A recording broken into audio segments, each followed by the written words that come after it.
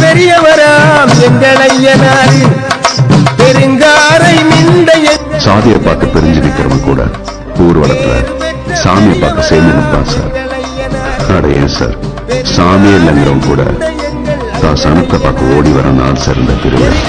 தெற்கு ஆசியாவிலேயே உயரமான குதிரை சிலை உடைய கோவில் எனும் புகழ் பெற்ற புதுக்கோட்டை மாவட்டம் ஆலங்குடி வட்டம் குளமங்கலம் கிராமத்தில் அமைந்திருக்கும் அருள்மிகு ஸ்ரீ பெருங்காரையடி இந்த ஐயனார் கோவில் மாசிமக திருவிழா வருகை தரும்